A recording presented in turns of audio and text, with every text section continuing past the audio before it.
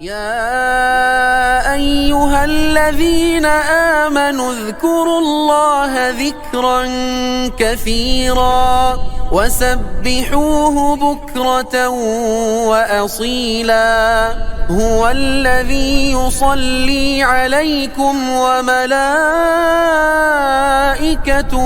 ليخرجكم من الظلمات إلى النور وكان بالمؤمنين رحيما.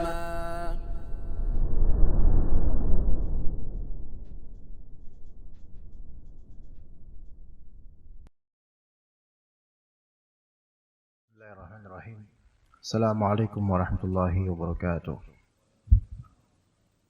Innal hamdalillah nahmaduhu wa nasta'inuhu wa nastaghfiruh wa na'udzu billahi min shururi anfusina wa sayyiati a'malina. Man yahdihillahu fala mudilla lahu wa man yudlil fala hadiya lahu. Asyhadu an la ilaha illallah wahdahu la syarika lahu wa asyhadu anna Muhammadan 'abduhu wa rasuluhu la nabiyya ba'dahu. Ya ayyuhalladzina amanu taqullaha haqqa tuqatih wa la tamutunna illa wa antum muslimun. Ya ayyuhan nasu taqu rabbakumul ladzi khalaqakum min nafsin wahidatin wa khalaqa minha zawjaha wa batha minhuma rijalan katsiran wa nisaa'a. Wattaqullaha alladzi tasaaluna bihi wal arham innallaha kana 'alaikum raqiba. يا أيها الذين آمنوا اتقوا الله وقولوا قولا سديدا يصلح لكم أعمالكم ويغفر لكم ذنوبكم ومن يطع الله ورسوله فقد فاز فوزا عظيما.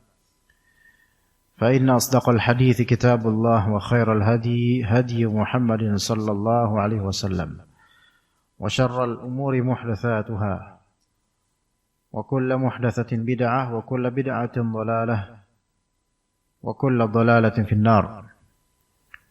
Amma ba'd. Para ikhwah sekalian rahimani wa rahimakumullah, masuknya kita ke bulan Ramadan ini masih dalam pembahasan rutinan kitab Mukhtasar Minhaj Al-Qasidin karya Ibnu Qudamah Al-Maqdisi rahimahullah ta'ala, dan masih pula kita berkutat di pembahasan tentang thalabil ilm, menuntut ilmu. Pada kesempatan kali ini kita akan membahas perkataan Ali bin Abi Thalib radhiyallahu anhu tentang adab talibul ilm terhadap syekhnya atau terhadap gurunya. Dan beliau dihikayatkan di sini menuturkan beberapa kalimat yang berupa petuah-petuah, anjuran, perintah atau larangan atas penuntut ilmu dalam bersikap terhadap gurunya.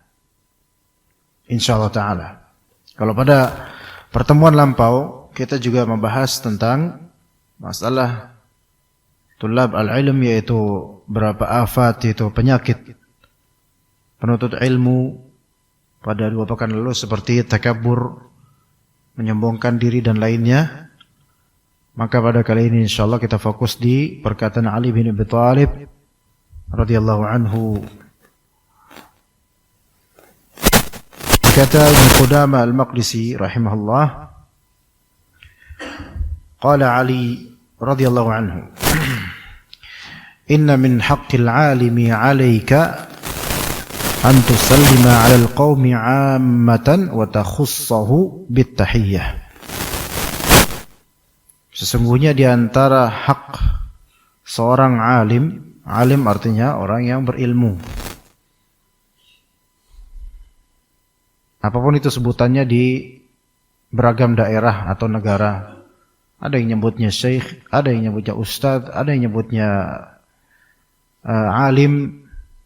Jadi orang alim di sini bukan dengan istilah kenusantaraan yang mana makna alim di orang kita yaitu orang yang tampak rajin beribadah. Maka bedakan antara alim dengan abid. Bedakan antara alim dengan abid. Betul, abid itu orang yang mengamalkan, tapi abid itu belum tentu mengindikasikan memiliki ilmu. Namun alim di sini adalah orang yang memiliki ilmu. Meskipun seragam yang dipakainya seperti seragam orang-orang pada umumnya. Tapi alim di sini orang yang kita tahu dia memiliki ilmu yang benar. Dia memiliki ilmu. Jadi itu bedanya alim dengan abid. Bedanya alim dengan zahid. Tapi zahid itu tingkatannya biasanya sebutannya lebih afdal dibandingkan sebatas sebutan abid. Dan yang paling afdal adalah alim. Jama' dari alim ulama. Maka istilah alim ulama itu istilah Indonesia disebut alim ulama. Yang sebenarnya maknanya alim itu singular, ulama itu plural, gitu. Jadi ini kuadrat atau double kata ya. Yang hakikatnya sama, namun hanya kuantiti yang berbeda. Alim itu seorang, ulama itu lebih dari 2 orang. Jadi ini orang yang berilmu yang kata Allah Azza wa Jalla, innama yakhshallaha min ibadihil ulama. Sesungguhnya yang takut pada Allah hanyalah orang-orang berilmu, ulama. Dan istilah alim atau ulama ini istilah yang ada di Al-Qur'an dan juga di hadis Nabi sallallahu alaihi wasallam.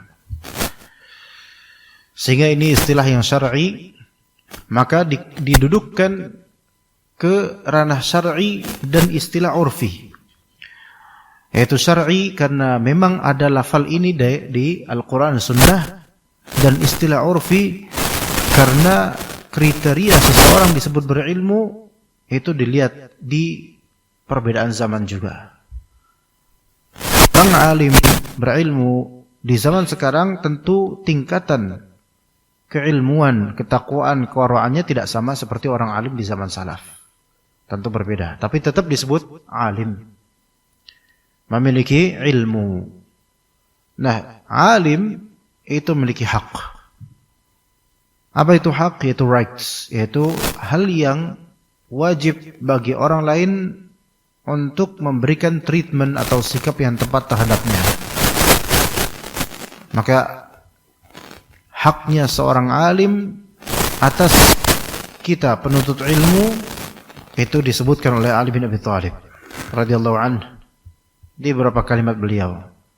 Yang pertama beliau menyebutkan yaitu hendaknya engkau mengucapkan salam kepada hadirin secara umum dan mengkhususkannya dengan tahiyyah, an tusallima 'alal qaumi 'ammatan wa an takhussahu bit tahiyyah, yaitu engkau salam terhadap keumuman orang, jemaah hadirin secara umum, assalamualaikum untuk semuanya yang sedang berkumpul dengan orang alim tersebut. Dan engkau mengkhususkan sang alim ini dengan tahiyyah. Dengan tahiyyah. Di sini berarti ada perbedaan at-taslim dan at-tahiyyah. At-taslim itu qiraah, di sini makna taslim adalah qiraatus salam ala syakhs atau ala nas, yaitu mengucapkan salam. Assalamualaikum warahmatullahi wabarakatuh. Seperti itu. Tahiyyah sebenarnya lebih umum daripada salam. Tahiyyah lebih umum daripada salam.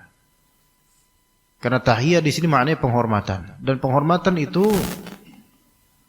bisa berupa ucapan, bisa berupa perbuatan, bahkan bisa berupa body language. Itu tahiyyah. Adapun salam hanya berupa perkataan. Ini bedakan antara taslim atau salam dengan tahiyyah. Dan penghormatan itu dan salam itu termasuk bagian dari ucapan tahiyyah. Bisa berupa. Jadi tahiyyah itu lebih umum daripada salam. Tahiyyah itu apa? Penghormatan. Tahiyyah. Adapun salam, kata Allah Azza wa Jalla, penghormatan bisa dengan apa? Bisa dengan atau salam dengan kalimat, ucapan, bisa dengan perbuatan, bisa dengan apa? Bisa dengan gerakan anggota tubuh atau body language.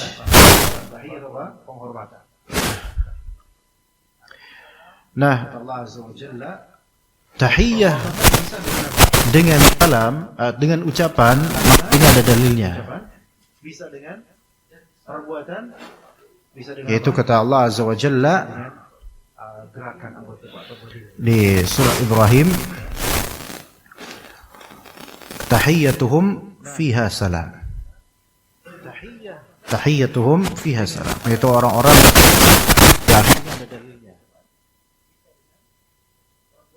penghormatan mereka di surga itu berupa apa? Salam. Dan tahiyyah ini diucapkan dengan lisan, baik oleh malaikat terhadap ahlul jannah atau sesama ahlul jannah. Iya. Kata Allah Azza wa Jalla, jannatu adni yadkhulunaha wa man salaha min abaihim wa azwajihim wa dhurriyyatihim. Ya, dan orang-orang penghuni surga itu mereka memasuki jannah Aden, mereka masuki bersama dengan pasangan-pasangan mereka dan keturunan mereka dan para sesepuh mereka, yaitu para nenek moyang mereka yang saleh. Dan di sini tahiyyatuhum fiha salam. Afwan.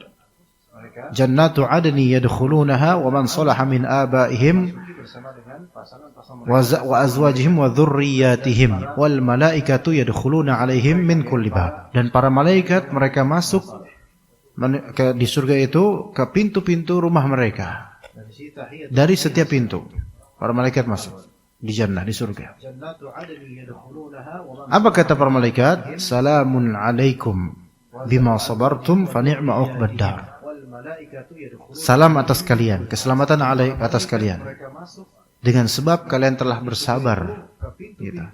Jadi para malaikat mereka mengucapkan tahiyyah, tahiyyatuhum fiha salam di surga nanti. Berarti greetings itu tahiyyah. Dan salam itu tahiyyah. Assalamualaikum itu tahiyyah. Dan termasuk tahiyyah selamat pagi, selamat malam itu tahiyyah semua. Dengan ucapan. Bisa juga dengan kalimat hayyakallah. Walaupun sebagian ulama mengingkari hayyakallah sebagai pengganti assalamualaikum. Sebagian orang mengganti assalamualaikum dengan hayyakallah, maka ini tidak tepat. Walaupun hayyakallah termasuk tahiyyah. Taib. Kemudian tahiyyah bisa juga dengan perbuatan. Tahiyyah bisa juga dengan perbuatan. Dalilnya adalah segala dalil berkaitan dengan salat tahiyatul masjid. Karena salat tahiyatul masjid adalah salat penghormatan terhadap masjid. Itu makna salat tahiyatul masjid. Sebagian ulama mengatakan bahwasanya salat tahiyatul masjid hanyalah salat khusus 2 rakaat ketika masuk ke masjid atau bagian dari masjid. Ulama lain mengatakan bahwasanya pada hakikatnya segala salat, the first prayer, salat pertama yang engkau lakukan di masjid, maka itu nilainya selalu sebagai tahiyatul masjid. Ini pahami perbedaan ini. Ya, sebagian ulama mengatakan bahwa salat tahiyatul masjid adalah segala salat 2 rakaat yang diniatkan sebagai penghormatan untuk masjid ketika engkau masuk masjid pertama kali. Ketika engkau pertama kali masuk masjid. Ya, termasuk juga ketika Nabi SAW berkhutbah di atas mimbar, ada di Jumatan, kemudian ada seseorang masuk ke masjid untuk menyimak khutbah Jumat, lalu dia duduk dan Rasulullah SAW menyuruhnya berdiri untuk sholat 2 rakaat, dan ini sholat tahiyatul masjid, penghormatan terhadap masjid.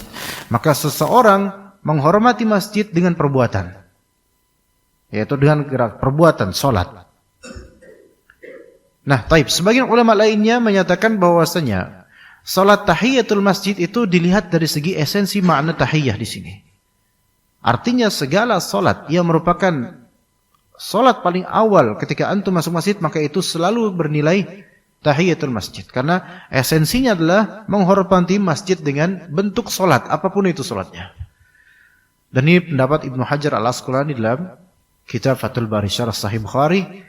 ketika beliau menjelaskan dengan panjang hadis innamal a'malu binniyat wa innamal likulli imri'in ma nawa. Apa makna kalimat Ibnu Hajar di sini dan ulama lainnya? Artinya adalah ketika antum masbuk, kemudian mendapati imam dan makmum mereka salat berjamaah, maka antum langsung ikut nimbrung salat berjamaah, maka ini sudah termasuk senilai value-nya dengan tahiyatul masjid. Begitu ikhwan. Ya. Dan pendapat ini sahih. Namun bukan berarti pendapat pertama itu tidak sahih. Artinya bisa kita gabungkan. Artinya begini, ketika antum berkesempatan untuk meniatkan salat tahiyatul masjid 2 rakaat, maka itu tahiyatul masjid. Ketika antum tidak berkesempatan untuk mengkhususkan 2 rakaat tahiyatul masjid, maka apapun salat yang antum lakukan ketika itu merupakan semakna dengan tahiyatul masjid. Artinya begini ya ikhwan. Tadi ketika subuh berapa rakaat antum salat sebelum subuh ketika masuk masjid? Taib 2. Ketika antum niatkan salat 2 rakaat ini, antum baca qul ya ayyuhal kafirun pertama dan yang kedua baca apa? Qul huwallahu ahad. Itu antum niatkan sebagai salat apa? Qabliyah subuh. Taib. Secara makna, walaupun antum tidak meniatkan tahiyatul masjid, esensinya sama enggak ini tahiyatul masjid? Sama, karena secara esensial antum menghormati masjid dengan mengadakan salat ketika pertama kali antum datang. Taib. Itu makna pertama. Itu yang versi kedua Ibnu Hajar. Kemudian kalau versi pertama, perlunya mengkhususkan salat tahiyatul masjid, bukan salat lainnya misal. Yaitu ketika antum masuk waktu subuh dan ternyata iqamah itu masih 15 menit lagi atau sekian 10 menit. Ini bisa antum bisa 4 rakaat bisa. Kemudian antum salat masuk 2 rakaat dengan niatan tahiyatul masjid. Taib selesai, kemudian antum naik lagi, bangkit lagi 2 rakaat lagi sebagai salat qabliyah subuh. Maka yang pertama nilainya salat apa? Tahiyatul masjid. Yang salat kedua nilainya apa? Qabliyah subuh. Itu semua enggak masalah. Atau mau antum gabungkan hanya 2 rakaat saja, enggak apa-apa 10 menit, nanti sisanya saya buat doa misalnya atau buat murajaah atau gimana. Maka 2 rakaat ini digabungkan niatannya tahiyatul masjid sekaligus qabliyah subuh, atau digabungkan dengan salat setelah wudu. Itu bisa semua. Dalam satu salat 3 niatan yang setara hukumnya, yaitu hukum sunnah. Maka itu enggak apa-apa. Adapun kalau hukumnya berbeda, sunnah digabungkan dengan wajib, maka ini enggak boleh. Seperti antum menggabungkan salat setelah wudu sekaligus tahiyatul masjid, sekaligus qabliyah subuh, sekaligus salat subuhnya. Ini enggak bisa. Kemudian imam datang, salat subuh berjamaah, antum niatkan ini salat sunnah. Karena mendapati jemaah ketika salat, kita disunahkan untuk ikutan. Itu sunnah Nabi SAW. Tapi ini enggak bisa. Format seperti ini format semaunya dia ya. Jadi enggak. Taib. Jadi tahiyah bisa dengan apa? Dengan perbuatan. Di antara salat tahiyat masjid itu tahiyah. Taib, tahiyah itu bisa juga dengan gesture atau body language. Betul enggak? Dan ini juga ada aturan dalam Islam. Musafahah itu termasuk tahiyah. Salaman termasuk tahiyah. Iya, termasuk tahiyah, penghormatan terhadap saudaranya. Dan Rasulullah SAW melarang kita untuk membungkuk sampai menuju ruku'. Dalam rangka apa ini kok sampai membungkuk sampai menuju ruku'? Dalam rangka tahiyah. Tapi ini dilarang. Jadi menunjukkan bahwasanya body language, bahasa tubuh itu kadang bisa berupa tahiyah, penghormatan. Kadang kita ngebungkuk juga termasuk penghormatan kepada orang tua dan seterusnya. Tapi kalau sampai menuju ruku', maka ini wallahu alam tidak dibenarkan. Adapun kalau misalnya salaman dan kita agak ngebungkuk, maka yang sahih dari 2 pendapat ulama bahwasanya kalau salaman kita ngebungkuk karena ingin meraih tangannya, maka itu enggak masalah. Itu yang lebih sahih. Walaupun ada sebagian ulama mengatakan tetap tidak benar. Harus tangannya diangkat, dan ini malah justru aneh. Ya enggak? Jadi tangan orang tuanya diangkat, dicium kemudian. Ini malah justru aneh gitu loh. Maka kalau misalnya dia membungkuk dalam rangka untuk meraih tangannya, bukan dalam rangka untuk menghormati orang ini, orang tua ini, maka niatan sesuai dengan ganjaran sesuai dengan niatan dia. Adapun kalau dia membungkuk sampai menuju ruku' karena memang menghormatinya, sekaligus mencium tangannya, maka ini enggak boleh. Tapi kalau niatan dia hanya untuk meraih mencium tangannya, maka ini enggak masalah. Itu yang lebih sahih dan itu yang dikatakan oleh Syekh Ibrahim Ar-Ruhaili hafizahullah taala. Taib. Hak seorang alim yang patut ditunaikan oleh penuntut ilmu kepada keumuman orang dia salam, tapi kepada sang alim dia mengkhususkan tahiyyah dan wa takhussuhu bit tahiyyah, maka ini bagi lebih umum dari salam. Itu seperti menyapa, misal Assalamualaikum jemaah. Waalaikumsalam. Ada orang alim serius. Gimana Ustaz kabarnya? Nah, mengkhususkan sang ustaz ini untuk disapa, ini tahiyah buat dia. Dan ini yang dimaksud. Yang dimaksud dalam perkataan Ali bin Abi Thalib. Karena menyapa seseorang secara makna itu penghormatan terhadap seseorang. Dan ini bukan berarti keumuman orang dia lecehkan, bukan. Tapi ini untuk menghormati seorang alim yang berbeda derajatnya secara zahir daripada jemaahnya atau orang lain. Pembahasan ini paham enggak jemaah? Antum pada diem aja paham enggak kira-kira? Hah? Benar paham? Pak paham? Iya, biasanya antum enggak ada, Pak. Giran ada anak pinjam bukunya, masyaallah ya. Baik, insyaallah pahalanya banyak, Pak. Insyaallah. Kemudian wa antajlisa amamah, dan engkau duduk di depannya. Duduk di depan seorang alim, duduk di depan di sini bukan dalam rangka menantang atau semisalnya, bukan. Ya, melainkan duduk di depannya karena menghargai dan menghormati. Makanya kalau kita lihat di beberapa kajian, di pengajian tertentu, ya, ada sebagian dari mereka orang alimnya ini isi kajian, beberapa pada di belakang. Wow, ya kan? Ente pada ngapain di situ gitu kan? Numpang beken atau ngapain di situ? Ya kan? Coba pada ngapain duduk-duduk kemudian kayak gini-gini? Apalagi yang berada di sebelah ini belakang, ya ngapain di situ? Atau ustadz berikutnya yang mau isi kajian atau gimana? Atau emang karena ingin dilihat oleh jemaah? Sebenarnya kalau memang penuntut ilmu, kalau memang mengundang ustadz, ya khalas duduk bersama dengan jemaah lainnya, atau mungkin memkhususkan mereka berada di saf pertama mungkin gitu loh, sebagai contoh, qudwah, supaya terlihat semangat menuntut ilmu. Tapi kalau ini undangannya di sini, tamu di sini, kemudian belakangnya bahkan kadang-kadang pakaian tim atau pakaian orang di belakang lebih glamor dibandingkan ustadznya. Ustadznya pakai baju koko biasa, ini pakai, pecinya apa, tasbihnya belum, kemudian masya Allah. Sebenarnya mengisi kajian siapa gitu. Maka sebaiknya tidak seperti itu.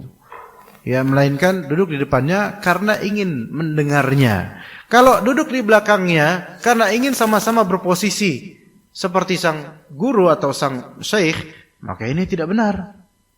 Ya, wa anta jelisa amamahu, engkau duduk di depannya dengan maksud untuk apa? Untuk menyimaknya. Ya, begitu. Kemudian dikatakan oleh beliau rahimahullah, wala tushiru indahu wala tushira indahu biyadik, dan jangan engkau tushir, asyara yushiru itu menunjuk di depannya dengan tanganmu. Ya. Gimana menunjuk ustaz kayak gini? Kan menunjuk gurunya kayak gini, walaupun mungkin gurunya lebih muda mungkin ya. Taib, secara usia taib mungkin lebih muda, tapi ketika orang ini, sang orang yang lebih muda ini memiliki sifat ilmu, maka di sini kadarnya itu sudah tidak diperhitungkan dari segi usia lagi, khalas. Tapi dari segi keilmuan dia memiliki ilmu, beliau memiliki ilmu. Maka tidak boleh kita mengisyaratkan dengan telunjuk pada orang ini gitu loh. Ya, di depannya gitu. Ya, misalnya ustadznya lagi ngelucu, terus bilang, ente kadang-kadang ente, gitu misalnya. Ini jangan. Ya. Jangan. Kemudian isyarah di sini secara urf, secara tradisi penuntut ilmu, isyarah bil yad ilal muallim ini menunjukkan tidak hormat padanya. Meskipun kita dalam keadaan marah, bahkan meskipun ustadznya ini salah, tetap tidak boleh kita mengisyaratkan seperti ini. Ya. Dan semakna dengan ini sebagaimana Syekh Muhammad bin Shalih Al-Utsaimin ketika beliau membahas kitab Hilyatul Talibil Ilm karya Syekh Bakar Abu Zaid rahimahumullah, seorang talib hendaknya alla yukhatiba asy-syekh atau al-muallim bita'il khitab. Janganlah seorang murid itu berbincang dengan gurunya dengan kata ganti orang kedua singular. Dengan kata ganti orang kedua singular. Seperti apa?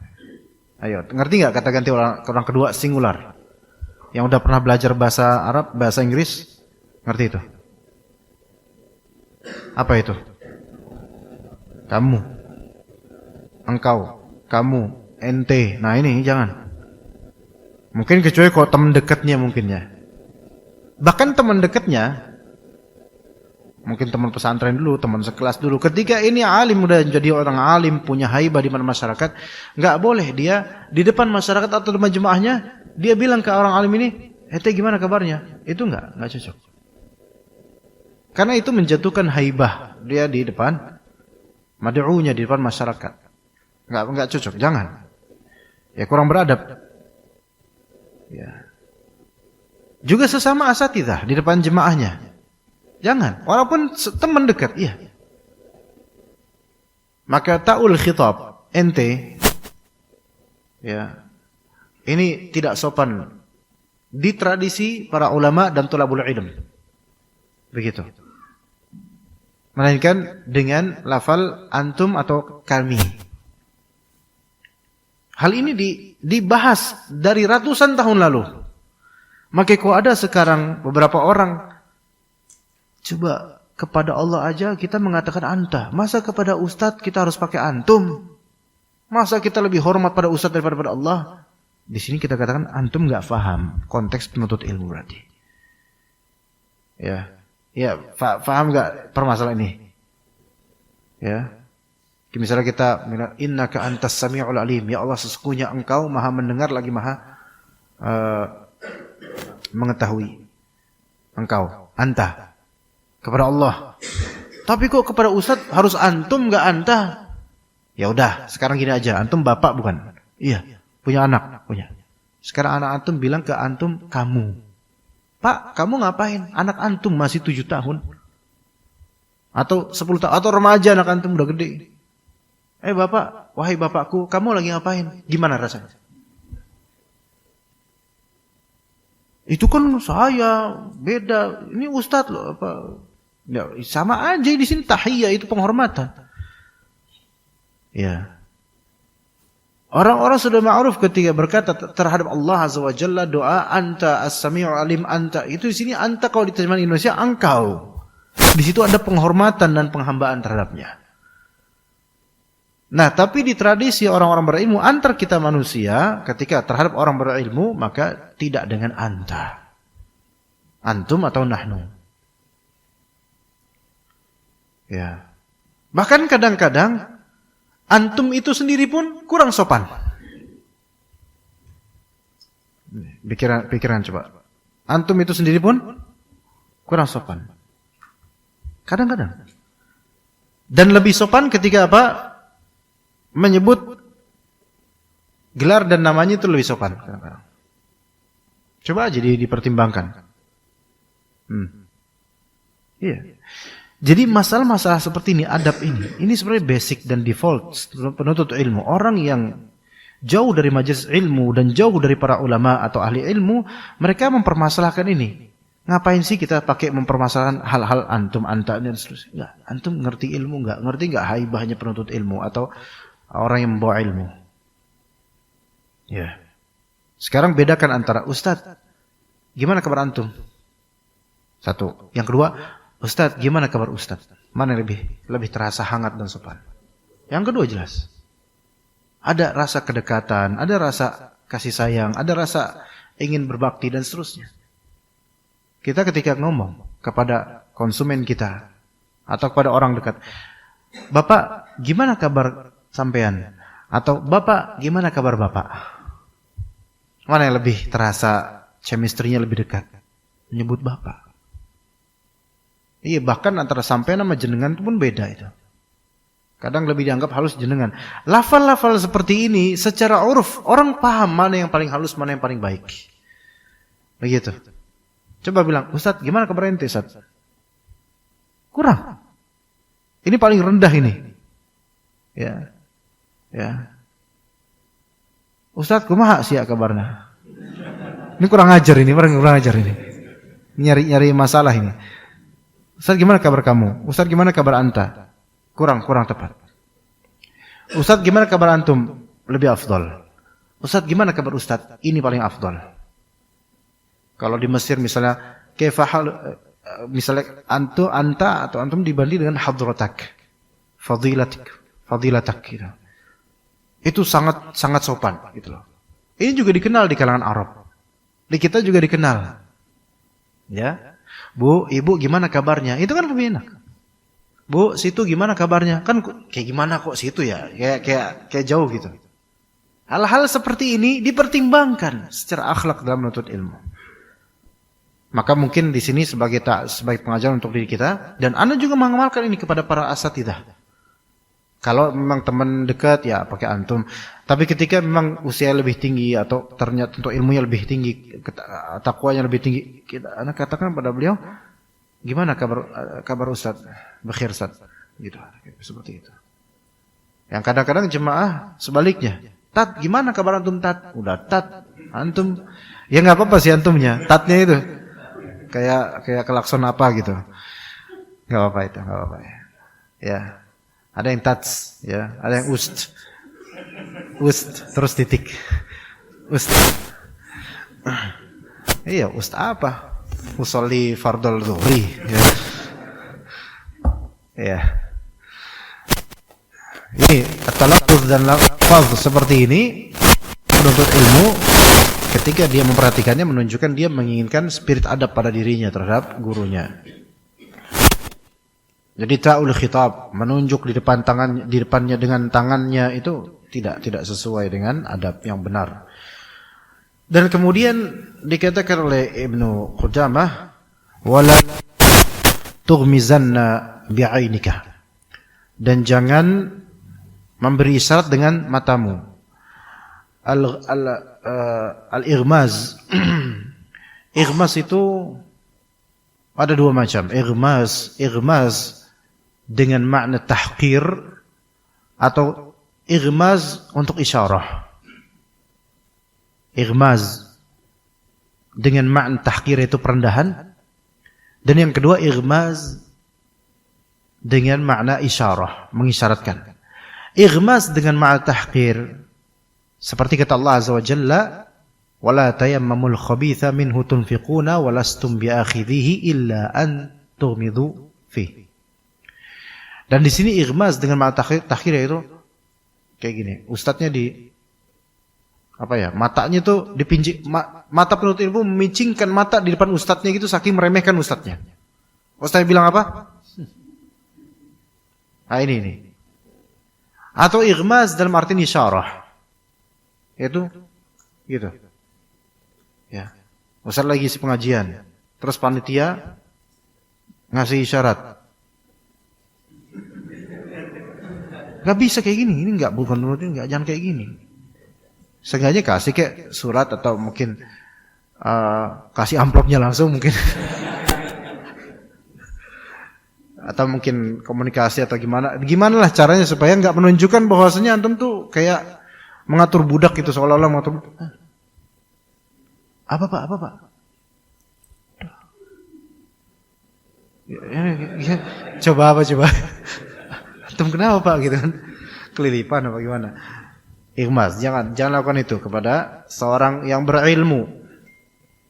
Tapi kalau memang harus, fa in kana labud, kalau misalnya memang harus, ya, maka tentu tambahkan dengan isyarat yang menunjukkan kesopanan lah, gitulah. Ustaz, afwan Ustaz, itu motornya ngalangin jalan rakyat misalnya. Ya, Ustaznya sombong. Rakyat jelata, gitu kata Ustaznya. Ustaznya juga sombong ya. Nah, ala kulli hal ighmaz itu menunjuk dengan mata, mengarahkan, mengisyaratkan dengan mata. Kalau bisa jangan. Kalau memang harus, tambahkan dengan gestur lainnya yang menunjukkan kita tuh nggak meremehkan ustadz ini gitu loh. Ustadz apa ustadz itu ustadz gitu. Nah, gitu loh. Itu lebih afdol. Ya, daripada ya ini kan ngusir ini. Kurang ajar nih. Iya. Kayak begitu ya, Wah. Kemudian juga masalah berikutnya wala tukthiru alaihi su'al. Dan janganlah engkau memperbanyak bertanya kepadanya. Banyak bertanya. Kathratus su'al. Ini suatu permasalahan lagi, pembahasan yang perlu juga kita sebagai penuntut ilmu kecil ini kita memahami adab-adabnya. As-su'al, kathratus su'al, kathrah berbanyak ya. Soal bertanya. Soal yang dimaksud bertanya tentang jawaban. Ya. Soal bisa juga makna meminta. Soal itu kan ada soal bertanya, yang kedua ada soal meminta. Ya. Masalah itu ada dua, yaitu masalah yaitu bertanya, yang kedua meminta. Tapi kan Ustadz ini diminta bukan hartanya, melainkan jawabannya terhadap ilmu. Walaupun ya kadang-kadang Ustadz juga diminta hartanya oleh jemaah yang nyari hutang sama ikhwan lain, udah nggak ada yang percaya sama dia, makanya Ustadz. Ya. Nah, soal yang dimaksud bertanya tentang ilmu. Kathratus soal ini ada dua model. Ada yang madhmumah, ada yang mamduhah. Yang tercela ada dan yang terpuji ada. Yang terpuji itu seperti Ibnu Abbas, lisan Saul, yaitu lisan yang banyak bertanya. Ini Ibnu Abbas. Tapi intinya, kaidahnya adalah ketika kathratus soal fima ya'ni bi'adabin, maka ini mamduh. Kalau banyak bertanya terhadap perkara yang penting baginya dengan adab, maka ini terpuji. Jadi syaratnya dua.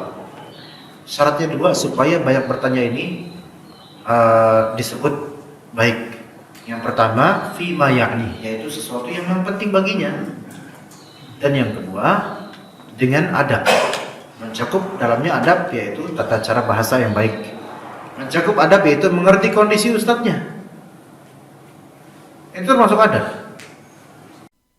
Jadi ini banyak bertanya yang bagus. Yaitu apa? Pertama apa tadi? Fima ya'ni, yaitu hal yang memang penting baginya. Ya memang dia perlu untuk mengetahuinya. Dia banyak bertanya, enggak masalah. Tapi juga dengan mura'at al-adab. Yaitu memperhatikan adabnya. Di antaranya memperhatikan tata cara bertanyanya, bahasanya, kemudian memperhatikan apa? Kondisi ustadznya gitu, atau gurunya. Jadi jangan every time, setiap waktu, pagi, siang, sore, malam, nanya terus, walaupun lewat handphone. Ustadznya sebel juga lama-lama, lama nggak dibuka, lama diblokir. Anda ada beberapa ikhwan, Anda nggak tahu siapa orang yang selalu nanya setiap hari. Selalu nanya, dan itu membuat anak pribadi itu gimana gitu. Sebenarnya fulan lagi. Anda nggak nge-save nomornya sampai Anda hafal akhir nomornya gitu loh. Anda nggak nge-save nomornya supaya pokoknya Anda nggak mau tahu tentang dia, tapi nanya terus. Memang nanya tentang agama, emang ini dulangan pahala. Tapi kita manusia yang kadang-kadang memiliki keterbatasan, yang mana ini kayaknya annoying juga nih lama-lama kalau misalnya selalu nanya. Memang dia lisanun Saul. Akhirnya Anda blokir. Ya. Anda nggak tahu apakah dia bikin nomor baru terus nanya lagi, Anda nggak tahu. Tapi Anda blokir benar. Anda ada hak untuk ketenangan diri Anda. Ya. Kadang-kadang ada yang nanya tengah malam. Cuman yang ini biasanya kepepet. Ya. Sangat terjepit gitu masalah. Ada beberapa masalah. Tengah malam nanyanya bukan WhatsApp. Nah, nanya telepon langsung. Telepon, lagi tidur Anda. Telepon ditanya. Ada apa? Nanya, Ustaz, afwan ini Anda harus segera. Nah, kayak gini dimaklumi lah. Ya. Jadi dalam soal fima ya'ni dan dengan biadab, dengan adab. Nah, kalau kathratus soal yang madhmumah, yang melanggar kedua itu. Imma banyak bertanya tapi fima la ya'ni, sesuatu yang sebenarnya dia nggak perlu banyak tahu atau nggak penting juga dia tahu sekarang, atau memang dia pertanyaan bagus-bagus tapi tidak memiliki muraat adab, tidak memiliki perhatian terhadap adab. Adabnya kurang. Entah bahasanya yang tidak baik, atau tidak menjaga waktu dan tidak memperhatikan bahwasanya ustaz ini manusia juga, dia harus punya quality time with his family gitu, punya waktu yang bersama keluarganya misalnya. Kemudian juga termasuk tidak beradab yaitu isti'jal dan mentabdhiq, yaitu tergesa-gesa dan menyempitkan waktu. Ustaz, afwan Ustaz, ana mohon segera dijawab. Masya Allah. Ya. Terus saya buka. Panjang pertanyaannya, faraid lagi, ilmu waris panjang. Ya. Terus habis itu belum sempat dijawab karena harus riset dulu. Berapa 1 jam kemudian, afwan Ustaz kok cuma dibaca? Makin sebel Ustaznya. Sejam kemudian ping. Ini apaan sih ini orang? Coba seandainya kita balik deh gitu loh. Kita yang seperti itu. Ya. Enggak tahu siapa orangnya, terus tanya terus menuntut dan seterusnya, mentadhiq waktu dan Masya Allah, itu sangat tidak enak rasanya. Maka di sini perlu memperhatikan ya, muraat adabnya dalam bertanya. Nah, masalah kathratus soal ini juga ada zam dan celaan dari sebagian ulama, bahkan ada dalil yang menunjukkan banyak bertanya fi ma la ya'ni itu berbahaya untuk diri sendiri dan bahkan untuk umuman orang. Lihat bagaimana kata Allah Azza wa Jalla di surat Al-Maidah, ya ayyuhalladzina amanu la tas'alu an asya'a in tubdalakum tasukum. Wahai orang beriman, janganlah kalian bertanya hal-hal yang kalau ketemu jawabannya itu akan merugikan kalian sendiri. Mendingan diam aja deh, enggak usah nanya. Ya, kalau misalnya kalian bertanya tentangnya, maka itu akan membuat mungkin muallimnya marah, membuat kalian rugi, tidak berkah ilmu kalian karena ustadznya pun marah, enggak ridho terhadap ilmunya atau tidak ridho terhadap ta'limnya, itu bisa terjadi. Ya. Ini kata Ibnu Abbas berkaitan dengan sebab nuzul ayat ini, la ayyuhalladzina amanu la tas'alu an asya'a in tubdalakum tasukum. Yaitu kana qaumun yas'aluna Rasulullah sallallahu alaihi wasallam istihza'an. Ada beberapa orang ketika itu yang bertanya kepada Nabi SAW, tapi maksudnya istihza. Apa itu istihza? Ngejek gitu, apa? Main-main, ngejek gitu. Ya, ada yang nanya misalnya, dalam riwayat lain dari Anas bin Malik, ya, Nabi SAW, ya rahmatullah. Nabi SAW berkata, saluni, silakan kalian bertanya padaku. Maka ada seorang, faqama ilaihi rajul, ada seorang pria datang kepada Nabi SAW, kemudian berkata, ya Rasulullah, aina madkhali ya Rasulullah. Ya Rasulullah, di mana tempat akhir saya nanti di akhirat ya Rasulullah? Maka kata Rasulullah SAW, an-nar, neraka kamu nanti. Ya, dan ini wahyu dari Allah Azza wa Jalla. Enggak sembarang, kalau kita enggak boleh ngomong kayak gitu. Ustaz, saya nanti gimana saat di akhirat? Kita nggak boleh jawab neraka atau surga, nggak boleh karena ini gaib. Nabi SAW mengatakan ini karena dapat wahyu dari Allah. Maka kemudian ada Abdullah bin Hudzafah berdiri kemudian bertanya, ya Rasulullah, man abi ya Rasulullah? Siapa bapak saya ya Rasulullah? Nah mulai ini nanya bapaknya, tentang bapaknya. Maka kata Nabi, abuka Hudzafah. Nama bapakmu adalah Hudzafah. Oke. Ya. Kemudian dalam riwayat lain ada yang mengatakan kemudian, ya nanya lagi man abi, udah khalas dijawab oleh Rasulullah. Kemudian ada seseorang di antara mereka yang kehilangan untanya. Maka nanya ke Rasulullah, ya Rasulullah, unta saya di mana? Duh, gimana coba jemaah? Lagi kajian kayak gini, ayo ada yang mau tanya, silakan pertanyaan, mungkin berkaitan dengan pelajaran nggak apa-apa, yang di luar pelajaran nggak apa-apa. Ya terus antum tiba-tiba ada secari kertas, Afwan Ustaz, mau nanya jodoh saya di mana? Apa urusan Ustaz nggak tahu? Antum ngapain nanya gini? Atau Afwan Ustaz, kemarin ada dompet ana hilang, tolong dicarikan di mana kira-kira Ustaz? Apa sih? Antum ngapain sih? Gitu kan? Di situ seperti itu, karena ini kan berarti apa? Antum main-main. Maka ini kathratus soal istihza, karena pengen main-main, pengen ngece gitu loh. Maka ini bukan termasuk adab, dan Rasulullah marah dengan ini. Janganlah kalian bertanya sesuatu yang kalau dijawab nanti kalian bakal rugi sendiri gitu loh. Dan ini juga manhaj untuk kita agar tidak terlalu kepo. Apa bahasa knowing every particular object. Ya, itu kepo. Iya. KEPO. Ya, gitu. Jadi nama perusahaan bagus itu. Ya, karena ada Expo sekarang kepo, ya.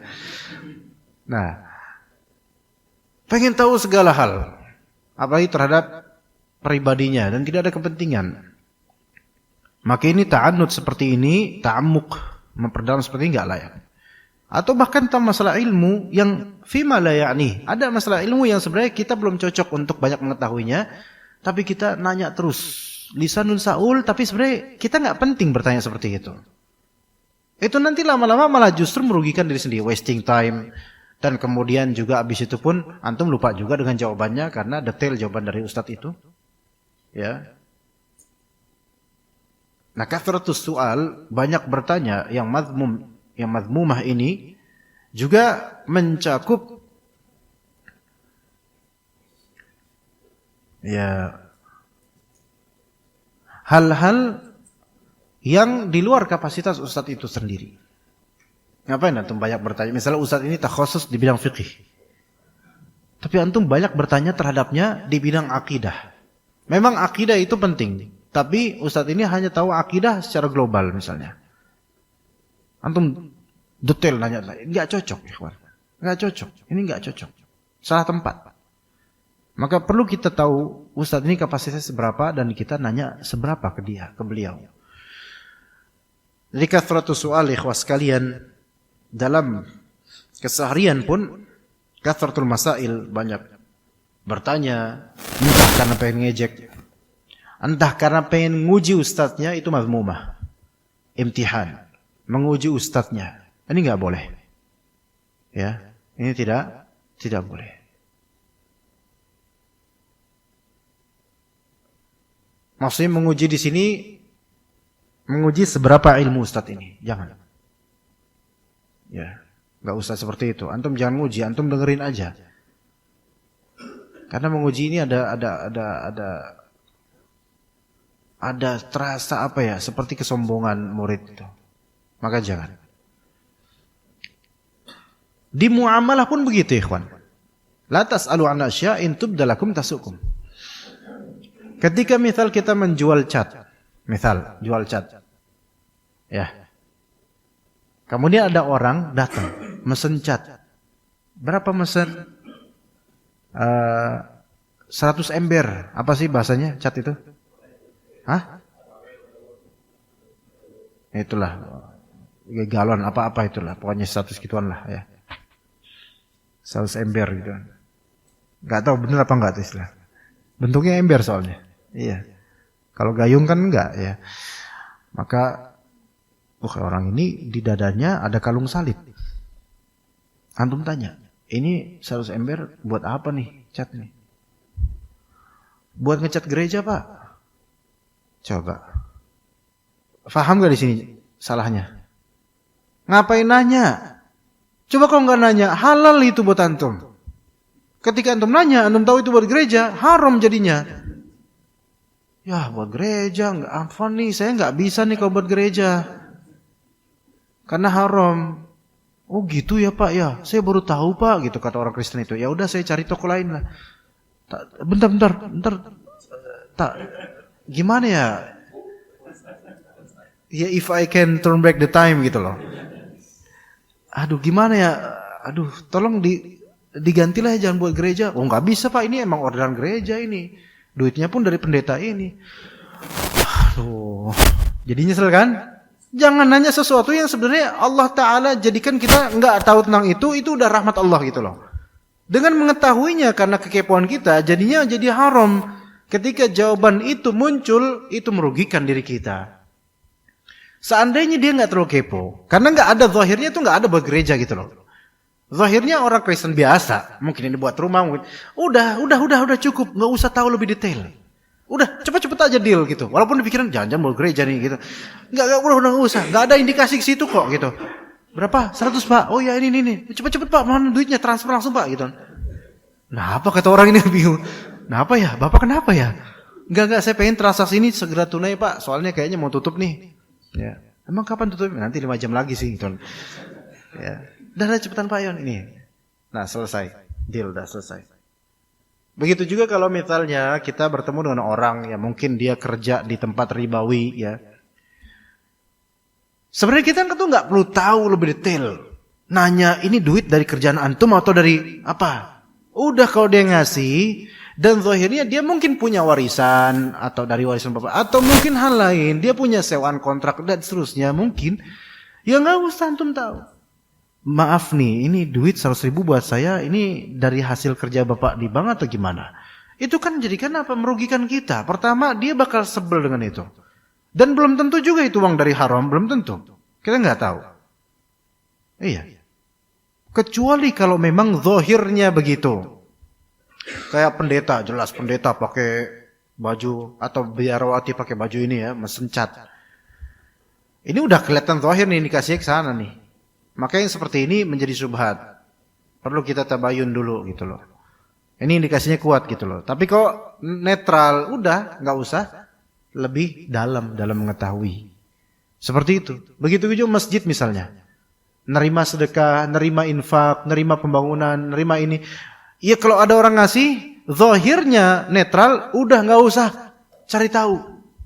Nggak usah. Oh itu bakal bikin kesel orang juga gitu loh. Coba ada yang maaf, ini di sini Ma'as Sunnah pengen ngadain donasi ya buat pembangunan ini ya. Iya. Kami mau ngadain donasi nih. Ada uang kisaran 2 miliar. Gercep nggak kira-kira? Gercep lah, langsung aja. Nggak usah nanya lagi. Nggak usah. Maaf ini uang 2 miliar dari mana ya? Apa dari Intel atau dari apa gitu? Kok bisa ada 2 miliar ini? Kita nggak mau sembar. Ya, Masya Allah. Kalau emang zahirnya itu netral atau baik, ya udahlah, bismillah. Jangan sampai kita nanya sesuatu yang ketika jawaban itu terwujud membuat kita itu rugi atau tidak senang. Baik. Kemudian kata Ibnu Qudamah rahimahullah di kitabnya, ini udah jam segini ya. Gak ada makan pagi kan? Ada makan enggak ya? Siapa tahu ada tetap dan dibungkus gitu misalnya. Wala tu'inuhu fil jawab. Dan jangan membantunya menjawab. Ngerti enggak maksudnya? Dan bantu guru antum menjawab. Bantu aja jangan, apalagi nyelak. Ya. Misal ada jemaah bertanya kepada Ustaz, afwan Ustaz, ana belum tahu apa hukum sholat istikharah, tapi saya nggak bisa doa dengan bahasa Arabnya, gimana Ustaz? Tiba-tiba jemaah lain, nggak apa-apa tuh kayak gitu. Lah, yang ditanya Ustaznya, yang dijawab marbot, yang jawab marbot gimana? Maaf nih marbot sini ya. Nah, ada nggak marbotnya? Oh ya, yang merasa marbot boleh keluar nggak apa-apa. Nah di sini Ustaznya ditanya. Ini bukan membantu menjawab malah, ini nyelak jawaban, ini nggak punya adab, nggak ada akhlak ini seperti ini. Baik di media sosial maupun di kehidupan nyata. Karena di media sosial gitu, ada seorang bertanya di kolom komentar Ustadz, ya Ustadz Afwan, ana mau bertanya gimana hukum gini. Tiba-tiba ada ikhwan lain nyelak, oh boleh tuh, masa sih boleh? Iya boleh, ana yakin boleh. Ana kan nanya Ustadz bukan nanya antum, skakmat. Ya. Jadi jangan diselak, jangan dibalap gitu, jangan. Kalau memang ustadznya enggak jawab, minimal minta izin dulu. Ustadz Afwan boleh enggak anda jawab ini Ustadz? Ustadznya enggak jawab juga gitu. Repot ustadznya ya. Ya udah enggak usah, bukan urusan antum gitu. Apalagi di majelis ilmu atau ketika kita salat lagi bareng-bareng, kadang ada beberapa ikhwan pengurus masjid, bukan dia sunnah ya. Bukan dia sunnah, bukan dia al-bid'ah juga. Pokoknya di suatu tempat lah. Salah satu masih sunnah. Selagi ngumpul gitu sama ikhwan habis kajian, kita ngobrol. Ada berapa ikhwan nanya, Ustaz gini gimana sih? Ana belum sempat jawab dikat sama akh ini tuh. Padahal dia punya utang sama ana. Udah punya utang ngekat lagi gitu kan. Dikat sama dia. Gini. Nanya lagi orang itu, dikat lagi sama dia. Ana bilang antum pegawai bukan, punya utang iya, tapi akhirnya orang itu sebel. Bukan antum yang tanya, ustaz yang tanya. Akhirnya baru dia kicep diam. Ini enggak ada akhlak yang seperti ini. Enggak, jangan nyela. Dan jangan membantu juga. Ada beberapa orang itu mungkin niatannya mungkin baik, membantu, atau mungkin bukan niatan baik. Sifatnya dan karakternya itu responsif gitu loh. Kayak misalnya majelis nih. Ada yang nanya langsung, Ustaz apa hukumnya gini-gini? Tiba-tiba Ustaznya mau jawab, ada bisikan dari sini. Misal antum ngomong gitu, bisikan. Boleh Ustaz gini. Napa antum? Ya enggak? Napa coba antum? Udah sisran enggak? Ini baru laki-laki ini. Rasulullah SAW itu memakruhkan laki-laki untuk nyisir tiap hari. Nah kan kalau bisa sehari, enggak sehari ya. Nah ini bagus. Ini bagus. Anda nggak tahu apa emang nggak punya sisir atau gimana nggak tahu. Bagus ini, masya Allah. Tapi kalau nyisir jenggot itu sunnah. Iya, nyisir jenggot. Kalau rambut laki-laki nggak, karena apalagi di Arab kan memang mereka nggak kayak kita kadang sering nggak pakai peci gitu. Kalau di Arab kan sering pakai peci, jadi nggak begitu memperhatikan rambut. Tapi jenggot disisir nggak masalah. Ya. Nah, jadi memburu atau membalap atau membantu seorang alim dalam menjawab, maka ini tidak hormat atau kurang beradab. Apalagi kalau sampai membalap, maka ini tidak beradab sama sekali. Mengkat perkataan ustadznya, padahal ustadznya lah yang lebih berhak untuk menjawab. Jadi jangan bantu dalam jawaban kecuali memang ustadz itu meminta, tolong bantu ikhwan, ana lupa ayatnya, tolong antum sebutkan ayat ini di surat ini coba. Atau antum coba buka mushaf, tolong bacakan ayatnya. Nah ini baru membantu yang boleh, bahkan dianjurkan, bahkan kadang menjadi wajib. Wala tulihha alaihi idza kasula. Ya, dan jangan berilhah. Apa di sini berilhah? Yaitu merajuk bila dia sedang malas. Ilhah itu merajuk, berulang-ulang meminta, itu ilhah. Adapun ilhah biddu'a ilallah, berulang-ulang meminta kepada Allah, maka ini dianjurkan. Tapi kalau berulang-ulang meminta kepada makhluk, maka ini bisa menjadi makruh, bahkan haram kadang-kadang. Nah, ilhah fis su'al, bertanya terus ke ustaz, ilhah, merajuk sampai ketemu, gitu loh. Maka ini tidak beradab terhadap ustaz. Jadi idza kasula, jika ustaz ini atau guru ini atau syekh ini atau alim ini lagi malas. Malas artinya enggak mau nanggepin. Tapi diteror terus, dicecer terus, maka ini enggak boleh. Ini tidak beradab gitu. Wallahu a'lam. Baik, di sini udah sampai jam hampir 5:30 ya, ikhwan. Kira-kira 6:30, Masya Allah. Kira-kira apakah ada pertanyaan? Kayaknya sepertinya kalau diteruskan masih panjang soalnya perkataan Ali bin Abi Thalib. Ada pertanyaan ikhwan sekalian? Fadhal. Ustaz, mungkin menanyakan ketika setelah selesai kajian Ustaz, itu kadang-kadang Ustaz itu menanyakan ada yang bertanya enggak gitu Ustaz. Sampai kadang-kadang 2 kali enggak ada yang bertanya Ustaz. Kemudian kita berinisiatif mengajukan pertanyaan dengan maksud sebenarnya menghibur Ustaz supaya bahwa kajiannya menarik Ustaz gitu. Ya, kadang-kadang sudah ditanya pun nggak ada yang bertanya sama sekali. Apakah hal seperti ini termasuk yang baik atau tidak Ustaz? Ya. Jadi Ustaznya ini di akhir sesi bilang ada pertanyaan, pada diam. Ada pertanyaan, pada diam. Akhirnya antum berinisiatif bertanya, Ustaz. Tergantung pertanyaannya apa, menghibur apa enggak tergantung pertanyaannya Pak. Kalau pertanyaannya, Ustaz, kapan selesai kajian ini? Ini malah menambah sakit gitu loh. Taib, ini termasuk sedekah. Ya, ini termasuk sedekah. Ya, termasuk idkhalus surur ala qalbil mu'min muslim ya. Memasukkan kebahagiaan ke kalbu seorang mukmin, dan ini ibadah insyaallah. Selama pertanyaannya ya pertanyaan baik, apalagi bermanfaat. Mungkin antum tahu jawabannya, tapi seenggaknya bisa menghibur ustadz ini, membuat ustadz ini itu merasa semangat mengajar, tidak kecewa dengan cara pengajarannya. Mungkin jemaah bosan atau gimana, atau tidak menarik temanya dan seterusnya. Maka ini termasuk kebaikan, dan ana sangat menganjurkan itu jemaah sekalian. Ketika Ustadz ini mungkin saluni, yaitu tolong ada yang mau nanya, ada yang pertanyaan. Kalau merasa kok kayak nggak ada yang pertanyaan, antum nanya. Atau carilah apa pertanyaan yang bermanfaat insya Allah. Maka itu termasuk kebaikan. Tapi bukan pertanyaan yang seperti tadi, siapa bapakku? Di mana untaku? Ya enggak, itu enggak ada kaitan dengan Ustadz itu. Ya begitu insya Allah itu termasuk sedekah.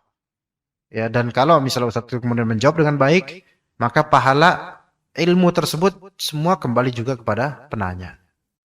Maka kata Nabi SAW, ketika Jibril alaihissalam berwujud manusia, kemudian bertanya tentang iman, tentang Islam, tentang iman, tentang ihsan, tentang kapan hari kiamat dan apa tanda-tandanya. Maka kata Nabi di akhirnya, yaitu innahu Jibril atakum liyu'allimakum dinakum. Itulah Jibril, dia datang untuk mengajarkan kepada kalian agama kalian. Jadi penanya itu sebenarnya mengajarkan kepada kaum muslimin atau jemaah ilmu, tapi melalui lisan ustadznya gitu loh. Karena dialah penyebab tercetusnya ilmu tersebut di lisan ustadz dan terwujudnya di telinga dan hati para penyimak. Jadi berpahala insyaallah. Bapak silakan Bapak. Sama-sama Pak. Enggak kedengeran Pak. Maksudnya mungkin sebagian jemaah enggak dengar mungkin. Betul. Waalaikumsalam warahmatullahi wabarakatuh. Pertanyaan saya sedikit menyimpang Ustadz, karena tadi ada menyinggung masalah sholat tahiyatul masjid. Oke. Jadi saya ingin menanyakan menyangkut masalah ada suatu tempat di gedung itu, Ada soib apa? suatu tempat Suatu di tempat. gedung itu masjidnya kecil. Ketika dia mau sholat Jumat, dia keluar dan dia sholatnya di tempat parkir. Dan juga sekarang ini di bulan Ramadan sholatnya di tempat parkir. Mengingat Parkir ini di basement Pak. ya di basement seperti itulah kira-kira. Karena sekarang jamaahnya cukup banyak. Yang menjadi pertanyaan saya, ketika mereka tuh datang ke situ, itu salat tahiyatul masjid ataukah seperti apa? Karena saya melihat cukup banyak orang yang sholat seperti itu. Saya nggak tahu niatnya, karena itu kan kembali kepada niat. Nah, yang menjadi pertanyaan itu seperti apa Ustadz yang seperti itu? Demikian. Wassalamualaikum warahmatullahi wabarakatuh. Waalaikumsalam warahmatullahi wabarakatuh. Ini perlu dipahami konteksnya bagaimana. Gini loh. Berdasarkan pengalaman kan basement itu kadang-kadang ada memang masjid yang fixed gitu loh. Yang memang fix bagi masjid di basement itu ruangan yang khusus di situ memang diwakafkan untuk masjid. Entah namanya masjid atau musola lah, namanya apapun itu. Tapi memang dikhususkan selamanya di situ ada masjid dengan bangunan khusus. Kalau memang itu bangunan khusus, masjid dengan bentuk seperti masjid dengan karpet khusus, di dalam aula masjid itu dihukumi masjid. Oke. Nah sekarang ketika jemaah membludak, nah kan Ramadan atau Jumatan, betul nggak Pak? Dan maka sama bahwasanya di sini aula tetap masjid, tapi di bagian luarnya bukan masjid. Tidak ada tahiyatul masjid di luar area, di luar bangunan masjid itu. Bahkan kan kemudian dibuat karpet secara fungsinya itu bukan permanen, melainkan occasional aja ketika zuhur saja atau Jumatan saja, betul nggak Pak? Walaupun ada karpetnya, kalau itu di luar itu tidak ada sholat tahiyatul masjid. Itu yang sahih. Begitu juga dengan musola-musola di tiap lantai, tiap lantai kan ada musola biasanya. Itu bukan masjid, itu musola. Nggak ada tahiyatul masjid di situ. Kayak di pasar grosiran Tanah Abang, blok A, blok B, blok C, itu di tiap lantai itu ada musolanya. Itu dihukumi musola. Yang kecil kan itu kecil dan cuman 3 saf doang misalnya, kecil, sempit. Itu bukan masjid hukumnya, itu musola. Karena itu fungsinya itu kadang-kadang bisa berbeda fungsinya. Adapun yang paling lantai atas top itu biasanya ada masjid. Nah, itu baru masjid. Jadi yang ada di dalam aula masjid itu atau yang nyambung dengannya seperti ini, itu termasuk bagian mari masjid. Ini kan nyambung lantainya dengan masjid ini. Di luar kan termasuk bagian akhwat itu juga termasuk bagian dari masjid. Termasuk yang kita kalau makan-makan di sini itu juga termasuk bagian dari masjid. Tapi kalau udah sampai parkiran atau situ depan tumbuhan-tumbuhan itu bukan masjid. Begitu Pak. Ya, seperti itu. Nah, maka ketika Jumatan tidak ada tahiyatul masjid di luar dari aula masjid, nggak ada, nggak boleh. Kecuali qobliyah zuhur, ba'diyah zuhur itu silakan, tapi itu bukan tahiyatul masjid. Nah, permasalahannya sekarang adalah Jumatan. Jumatan itu kan orang-orang pada datang di basement, ya, dan sholat di luar aula masjid, ya kan Pak ya? Betul nggak? Kegambar nggak jemaah? Sholat di luar aula masjid. Mereka kemudian sholat 2 rakaat. Menunggu Jumat. Ini boleh. Dengan tanpa niatan tahiyatul masjid. Tapi niatan apa? Sholat mutlak menunggu Jumatan. Itu ada diriwayatkan oleh salaf. Maka ini boleh di basement itu. Walaupun bukan dalam masjid. Adapun ketika khatib sudah naik mimbar, maka tidak ada lagi orang yang sholat keluar. Ini Anda berikan tanbih dan peringatan ini di beberapa gedung. Saya kasih contoh di daerah Blok M atau Senayan itu dekat SCBD ada misal Office X misalnya. Nah, di situ kalau sholat biasa, zuhur biasa, ada masjidnya segini, ya segini persis, mirip segini. Nah itu masjid khalas. Tapi ketika Jumatan, karena nggak menampung pastinya, karena yang datang ribuan orang, itu akhirnya di basement di luar. Maksudnya di luar masjid. Masjidnya di basement, tapi di luar. Masjid nggak dipakai bahkan. Nggak bakal nampung. Akhirnya khotibnya itu, mimbarnya itu di luar. Kemudian digelar sujadah-sujadah sama karpet atau pakai apa itu. Banyak waktu itu. Sampai alhamdulillah semua jemaah itu sekarang tahu. Walaupun ribuan orang. Karena beberapa kali anak khutbah di situ setelah tahmid dan seterusnya pembukaan muqaddimah. Langsung anak berikan taujihat kepada jemaah. Bahwasanya Anda setelah imam atau khotib naik mimbar, assalamualaikum, maka tidak ada tahiyatul masjid di tempat ini. Karena ini bukanlah masjid. Anak berapa kali, 2 atau 3 kali dalam khutbah seperti itu, berulang-ulang. Dan itu dalam keadaan beberapa orang itu lagi sholat. Kadang mereka itu azan, Jumatan, ya, dan mereka diam gini, nungguin. Kadang anak beri isyarat. Bingung orang. Diberi isyarat kayak ini bingung, dikira manggil gitu loh. Padahal suruh apa? Duduk. Ya. Tapi mereka enggak duduk. Habis itu, yaudah anak diri lagi, innalhamdulillah, nahmaduhu wa nasta'inuhu. Memulai sholat mereka. Ini salah. Justru terlarang sholat bagi mereka. Kenapa? Karena ini khatib lagi naik mimbar. Udah khutbah. Dan Anda wajib untuk apa? Menyimak. Dan Anda tidak sedang berada di dalam masjid. Maka tidak ada sholat apapun pada Anda. Kemudian kalau saya tanya, ini Anda sholat apa? Sholat tahiyatul masjid. Ini tahiyatul parkir, bukan tahiyatul masjid. Enggak ada tahiyatul masjid di sini. Anak sebut gitu. Ya, akhirnya mereka ngerti. Akhirnya setelah itu kalau anak yang khutbah, anak diri gitu, maksudnya duduk di mimbar, udah mereka langsung pada duduk semua. Gak tahu kalau Ustaz lain mungkin mereka sholat juga mungkin, nggak tahu. Tapi mereka tahu, akhirnya mereka punya ilmu akan itu. Seperti itu Pak ya. Itu rinciannya, wallahu a'lam. Ada lagi? Mungkin mau menghibur Anda dengan pertanyaan? Udah banyak pertanyaan. Ya, cukup insyaallah sampai sini. Jazakumullah khairul jaza. Barakallahu fikum jami'an. Terima kasih atas kehadiran antum semua. Wassallallahu ala nabiyyina Muhammadin wa ala alihi washabbihi ajma'in.